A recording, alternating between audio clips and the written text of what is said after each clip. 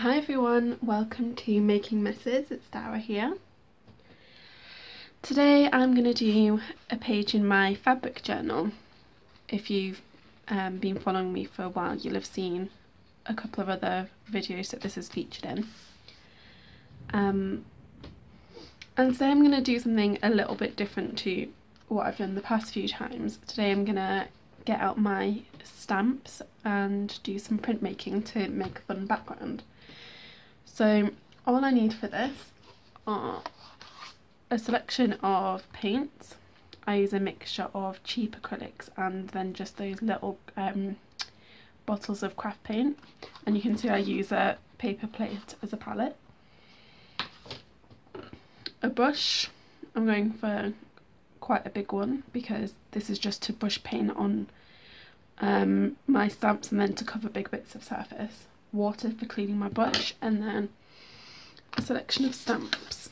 So excuse me, this is from the baking aisle. I'm not entirely sure what you're supposed to do with it. Maybe shape cookies or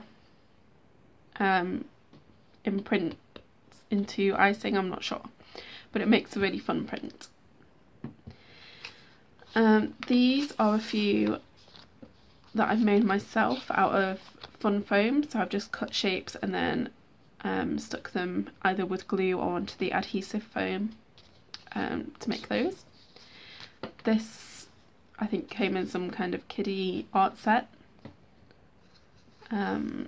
This is a bunch of chipboard letters stickers that I've stuck randomly on a piece of adhesive foam to create a fun alphabet style stamp.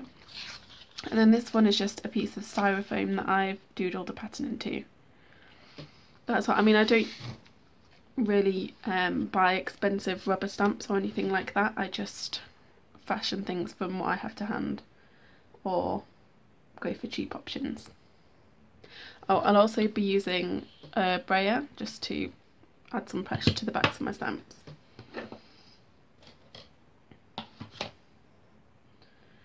So I'm going to start just by grabbing a couple of colours on my brush and laying them down.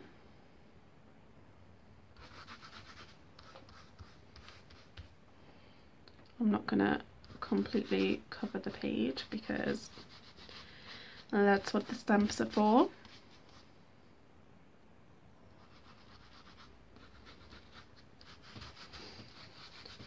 If you're painting on fabric too, you'll notice that the surface is quite a thirsty one, which means you'll need to dip your brush in water or in paint quite a lot. I think the first one I'm going to go for is the chevron. Now normally I have a sheet of cleanup paper. In fact, I think I'm going to put one down because I anticipate this getting messy.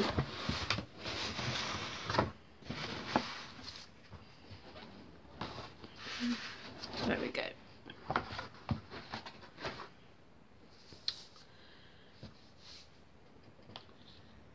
And of course, as I did that, I stuck my brush in a bunch of paint.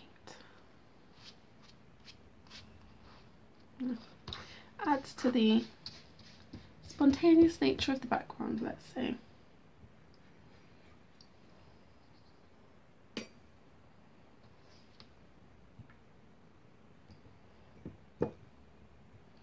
And if you want to go even quicker than me, then just grab a few different brushes so you don't need to wash the brush out as you change colours. The spongy foam brush things that are really cheap at most craft shops work really well with stamps.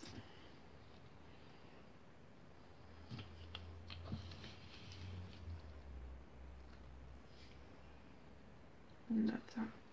So you can see, because I've added quite a lot of water to my brush, it has quite a cool seepy watercolour effect there.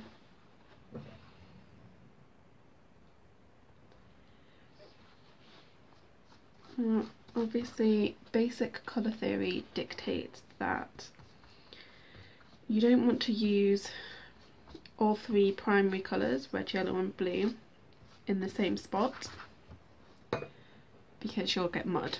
If you like mud, that's fine. If you don't like mud, then just wait for your layers to dry. I can't say that I'm known for my patience, so occasionally you will see grungy, grubby, muddy colours in my work. So I'm not sure if you can see me off camera, or off the edge of my journal page rather, but when I've got leftover paint on my stamps, I just print them onto my clean-up paper just to clean them off, because I don't clean off my stamps as I go, just because I haven't got enough space.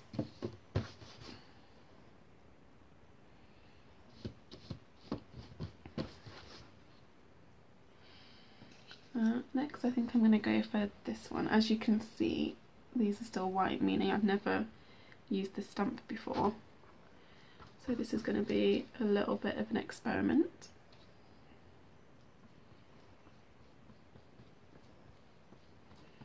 I have a feeling that I'll have to let a coat of paint dry onto the stamp before I get fun prints, because the stickers are topped with some sort of fabric. It's kind of like corduroy but thinner,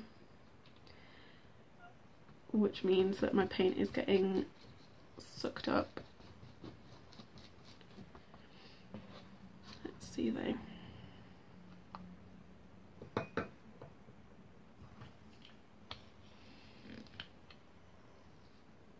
I don't know, I quite like that actually. And I like that you can't distinguish letters really, it's just shapes.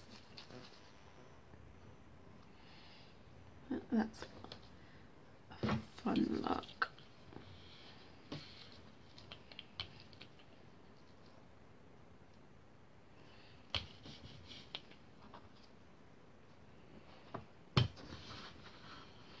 Now you can't really see this in the camera, but this paint that I use on the alphabet stamp is a super shimmery coppery colour, and I love it.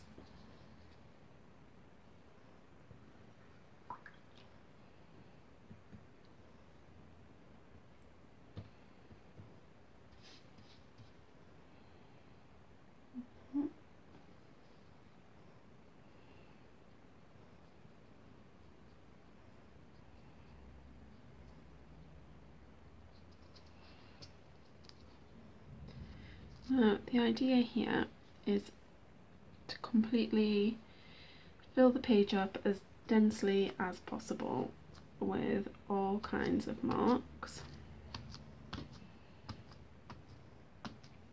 and it doesn't matter if it looks hideous and messy, like nothing goes together, because we're going to turn it into something cool at the end.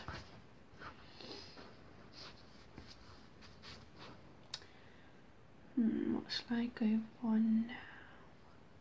I might add some more blue back on actually. So these two stamps are kind of a set that I made. I wanted a face shape, so I went for an outline and then the inside. In fact, I think I cut them from the same piece of foam and just turned it into two stamps. But it also adds some quite fun, just neutral shapes as well. I don't have to turn it into a vase, it could be an Easter egg, or it could just be a nice oval pattern. Because, you know, art journal, no rules.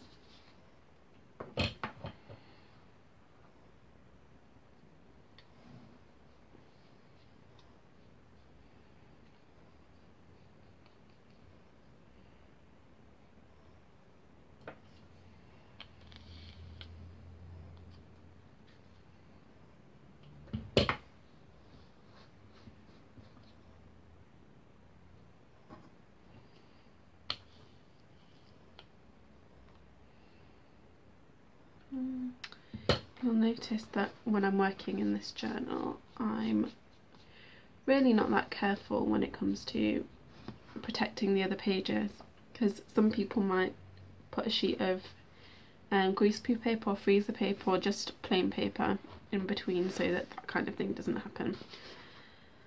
But this is just a fun playing around journal. It's not for what I call proper art.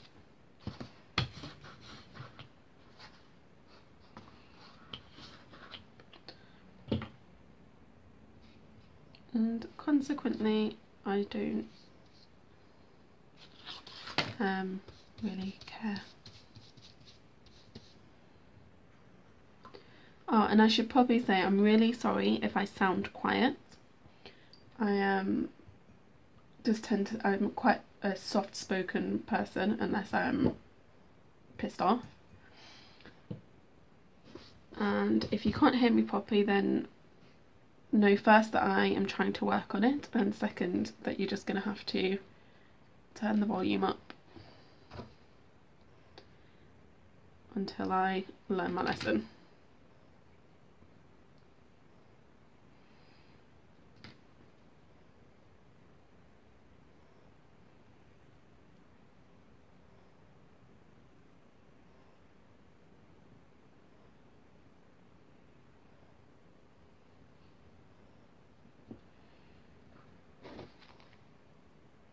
See how fun that is?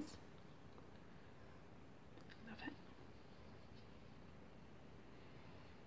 This was a stocking filler from Jason, my fiance.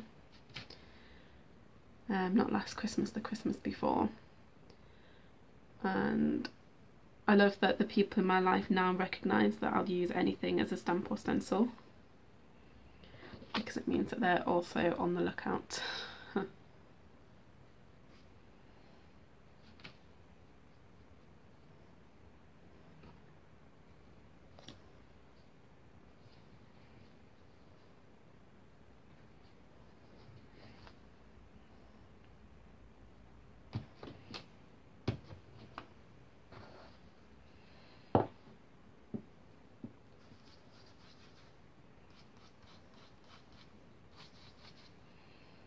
Now I'm just cleaning off that brush a little bit.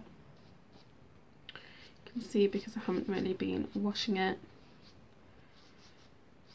The colours are blended, but as I said, I've picked colours that can blend. Like if I had a yellow or an orange on this as well, I wouldn't just be brushing so freely.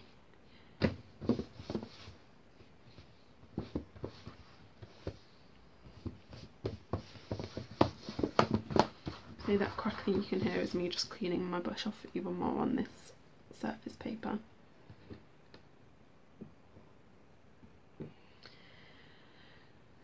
Okay, what should I do next? Okay, so I haven't used this styrofoam one yet, so let's give that a go. And I've got this funny kind of terracotta craft paint. And I don't remember buying this one, but I have 2 bottles of it, so I keep trying to work it into journal pages just to use it up.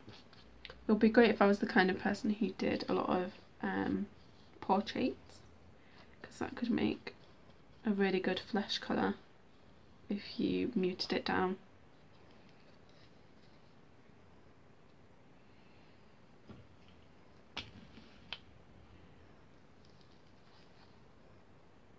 I like the effect there. I like that you can see the blue and the pink underneath and in the lines, or the negative space as proper artists would call it.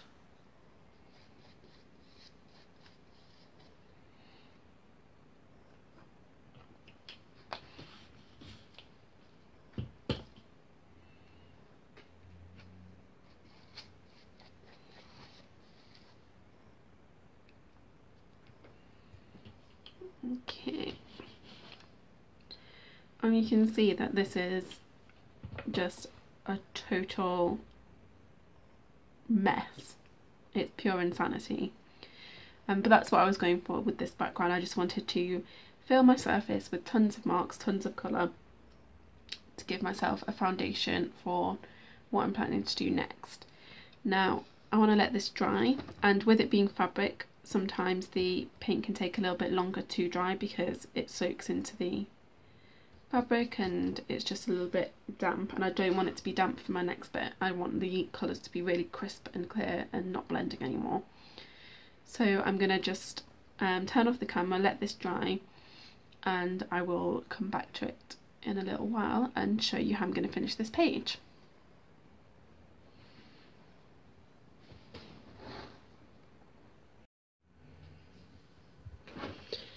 Okay, so here I am back to finish off this page. It's nice and dry now. And this is a really simple technique, but it's one I do quite a lot when I'm feeling a little bit, you know, like a bit blah and like I'm not really sure what to draw or what I want to do.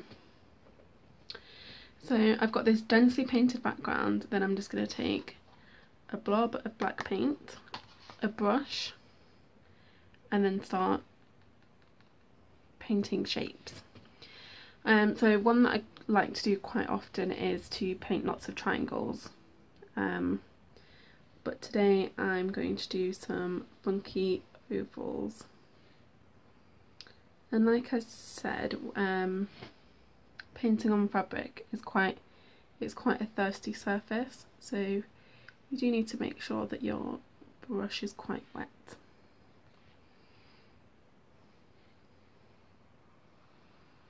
But obviously not too wet like this because it gets a bit seepy. Now for this piece it doesn't really matter, but if you were doing some really stunning portrait or something that was going to take you hours and hours, you'd want to be a bit more careful because you wouldn't want to ruin all of that work.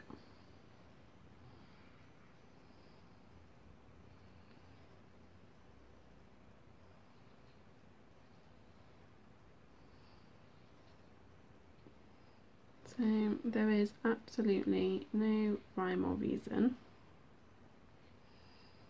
I'm keeping it fairly random here.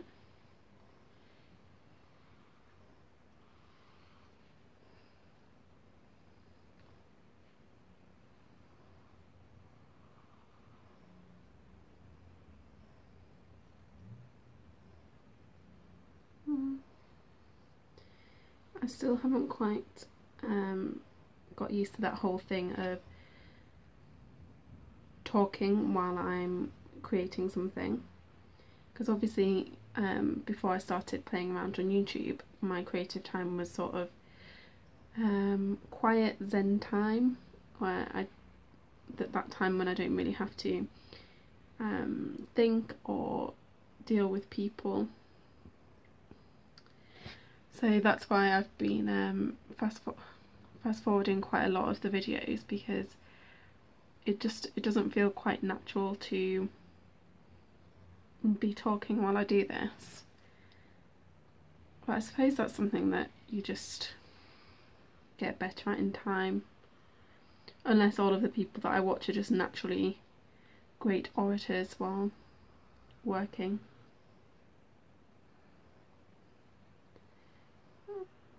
As you can see, this is super quick to do.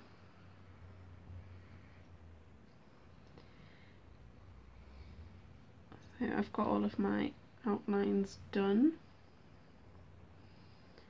The next step is simply to fill in all of that negative space. So the negative space is the bits outside of whatever you're drawing, whatever your shape is. So I would go like this and block out all of that juicy printed background.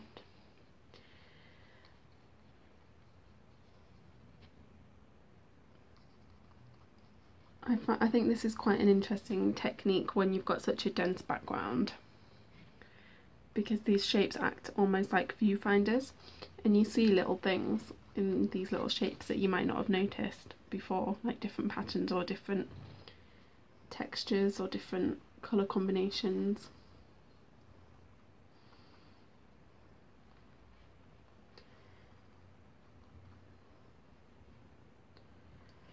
You can tell my brush was a little bit too wet there because it's got quite seepy.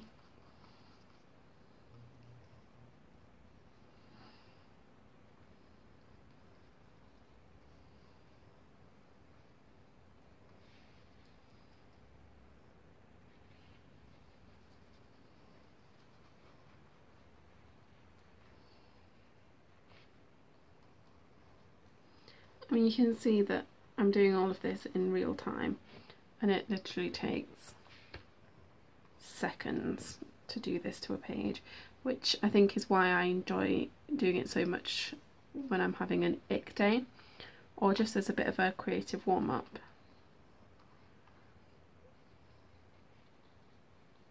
It's definitely a fun, easy way to fill space before you decided what you actually want to do.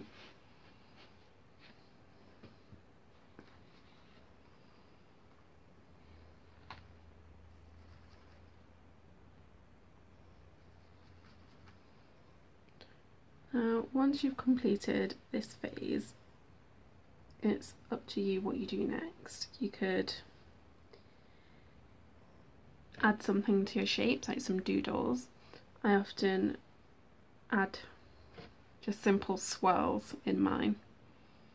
Or also writing works as well. If you're the kind of person that actually journals in your art journal, then text works well. I mean, you can leave it like that. You could embellish some of the patterns that you can see in here with different pens. I think, what shall I do? I might do some stripes. I've got quite a bit of black paint left on my palette, so I'll do some stripes to fill up my shapes. And I'll do them in different directions and different thicknesses, just for a little bit of variety.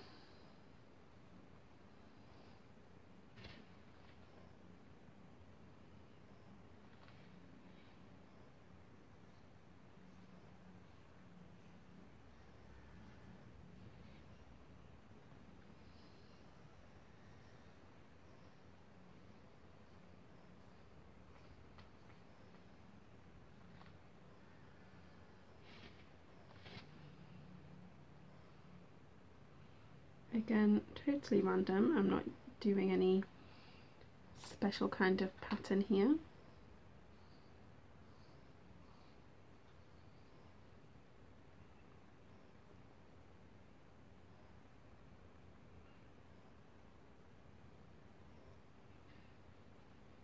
If I had any other brushes to hand, I might use different thicknesses of brushes just to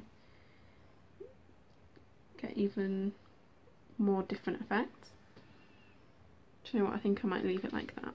I'll leave it like that for now. And then I think once this is dried again, I will add a few little doodles to my stripes with some paint markers. I quite like the Posca paint markers because they'll go over pretty much any surface, and you don't find a lot of pens that will draw nicely over acrylic paint, so definitely a good choice. So there you have it, just a really simple way to fill a journal page. And I hope you've enjoyed this new kind of video where I share the whole process of an art journal page with you. If you have enjoyed it, please let me know, give me a thumbs up or hit subscribe. And also feel free to leave me a comment and request a particular kind of video, because I'm always looking for inspiration from you guys. And without further ado, I will talk to you later.